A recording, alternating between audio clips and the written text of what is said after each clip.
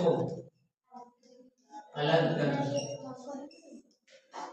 चलो इसको पहले समझो फेन पलवन विधि में क्या होता है।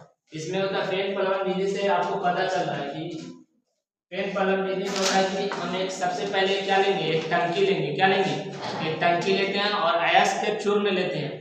जैसे इसमें आप दूसरे पृथक रंग में लिए थे तो अयस्क का चूर्ण होगा। इसमें क्या होगा, इसमें शुद्ध अयस्क जो रहेगा वो हल्का रहेगा और अशुद्ध जो अयस्क रहेगा वो कैसा रहेगा, भारी रहेगा। इसमें उल्टा रहेगा। और इन दोनों को मिला लेंगे। क्या करेंगे, मिला लेंगे और मिलाने के बाद उस टंकी में डाल देते हैं। और टंकी में क्या लेंगे, पहले जल से भरा हुआ एक टंकी लेंगे और उसमें ये अयस्क को क्या करते हैं, मिलाते हैं। और मिलाने के बाद उसमें अलग से यानी उसमें अलग से क्या करेंगे, तेल मिलाएंगे। क्या मिलाएंगे, तेल। यानी तेल एक होता है चीड़ का भी तेल बोला जाता है उसको, एक पाम का भी तेल बोला जाता है। नहीं तो किताब में खाली लिखा है तेल मिला देने पर, या तो आपको उसमें देखा है तो स्पेशल एक तेल आता है पाम का तेल या चीड़ का तेल, उसको हम मिला देते हैं। और मिलाने के बाद क्या करते हैं, वायु उसमें प्रवाहित करते हैं। वायु बोले तो उसमें हवा को डाला जाता है। हवा को डालने से क्या होता है, उसमें जो तीन चीज आप मिला है, अयस्क, जल और जो तेल, तीनों मिलाए कि नहीं, उसको तीनों को अच्छी तरीके से हवा डालकर क्या किया जाता, मिलाया जाता। मिलाने के बाद उसमें क्या होता,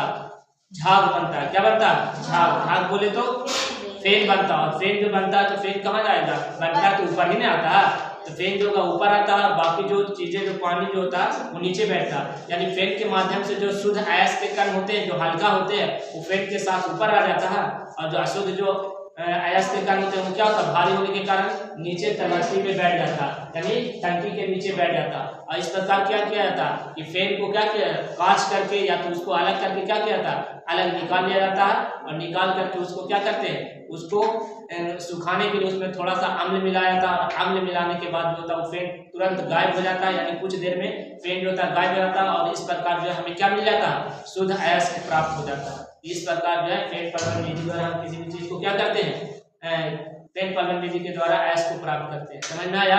यानी हम सबसे पहले क्या करते हैं, एक भरी हुई टंकी लेंगे। एक टंकी लेते हैं तो टंकी जो है आपको इस तरीके से बना लेना। टंकी देखे नहीं, इसी तरीके से एक टंकी छापिए। ये देखिए टंकी का ही हो गया। इस तरीके से टंकी लेते हैं और इस टंकी में क्या करेंगे, जल डाल देंगे। क्या कर देंगे, जल भर देंगे।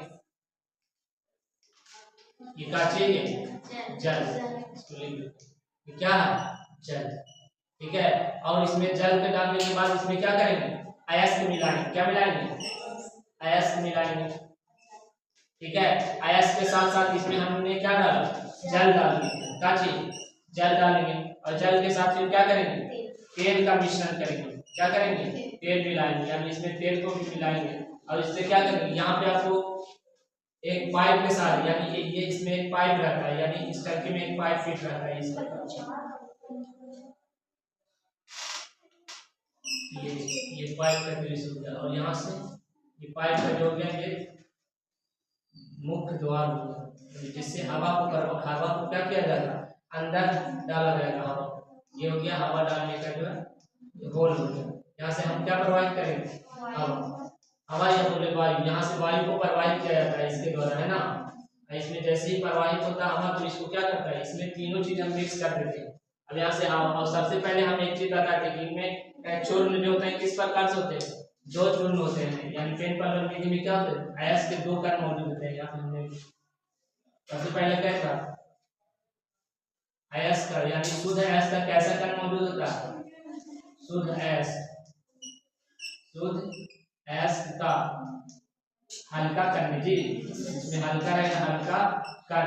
और अशुद्ध अयस्क का भारी कण, अशुद्ध अयस्क का भारी कण। चलिए इस तरीके से हमने क्या किया, ये टंकी लिया, टंकी में क्या मिला दिए, जल मिला दिए। यानी टंकी जो पहले से जल से भरा हुआ एक टंकी लेते हैं, उसमें क्या डाला गया, जो अयस्क होता है उसको अयस्क को मिलाया गया, जल लिया गया और उसमें क्या किया गया, तेल लिया गया। इस तरीके से इन तीनों को मिक्सिंग कर दिया गया। और मिक्सिंग करने के लिए बाहर से क्या किया गया, हवा को प्रवाहित किया गया।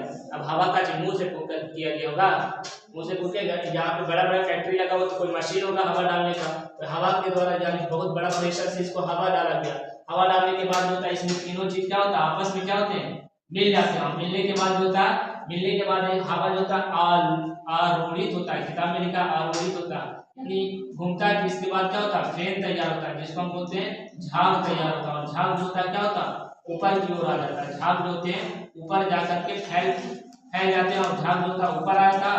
बाकी अशुद्धियां जो होती है वो कहाँ हो जाता है नीचे जमा हो जाती है ना। ये नीचे क्या हुआ ये अशुद्धि जमा हो गया और झाग के मदद से क्या हो गया शुद्ध अयस्क झाग में आ गया। क्योंकि क्यों आया क्योंकि शुद्ध अयस्क का कण जो था वो कैसा था हल्का था। तो फेन हल्का होने के कारण उसी के साथ चिपक कर ऊपर आ गया। अब क्या करते हैं इस जो झाग को क्या करते हैं अलग कर लिया जाता है। झाग को क्या करते हैं अलग कर लेते हैं। झाग को अलग कर लिया जाता है। अलग करके क्या करेंगे अलग करके उसमें क्या मिलाया जाता है थोड़ा सा अम्ल मिलाते हैं। क्या मिलाते हैं अम्ल। किस लिए अम्ल मिलाया जाता है ताकि झाग को जल्दी से जल्द सुखाया जाए। तो झाग को अलग करके उसमें क्या मिलाते हैं अम्ल। अम्ल मिलाने के बाद झाग जो होता है जल्द से जल्द क्या होता है सूख जाता है। और सूखने के बाद होता है अशुद्ध जो सूखने के बाद क्या होता है हमें शुद्ध अयस्क जो है प्राप्त कर लिया जाता है। यानी झाग के साथ जो होता है जैसे ही अम्ल डालने पर सूख जाता है और सूखने के बाद होता है हमें क्या मिल जाता है शुद्ध अयस्क प्राप्त हो जाता है। ठीक है। इस प्रकार से फेन पर्लन विधि के द्वारा हम क्या करते हैं अयस्क को प्राप्त करते हैं। अब इसमें एक नोट लिख दिया जाए बहुत बड़ा। इसमें जो होता है 1 नंबर में आता है नोट में क्या लिखेंगे यानी फेन पर्लन विधि द्वारा किस अयस्क का सांद्रण किया जाता है। फेन पर्लन विधि के द्वारा सल्फाइड अयस्क का सांद्रण किया जाता है। बोलेगा प्रकार इसमें 1 नंबर में आता है। यहाँ पे लिखेंगे कि फेन पर्लन विधि के द्वारा फेन प्लवन 1 नंबर में लिखना फेन प्लवन विधि के द्वारा फेन प्लवन विधि के द्वारा कौन सा अयस्क का सल्फाइड अयस्क का सांद्रण किया जाता है। सल्फाइड अयस्क का सांद्रण किया जाता है। ये 1 नंबर का सवाल होगा।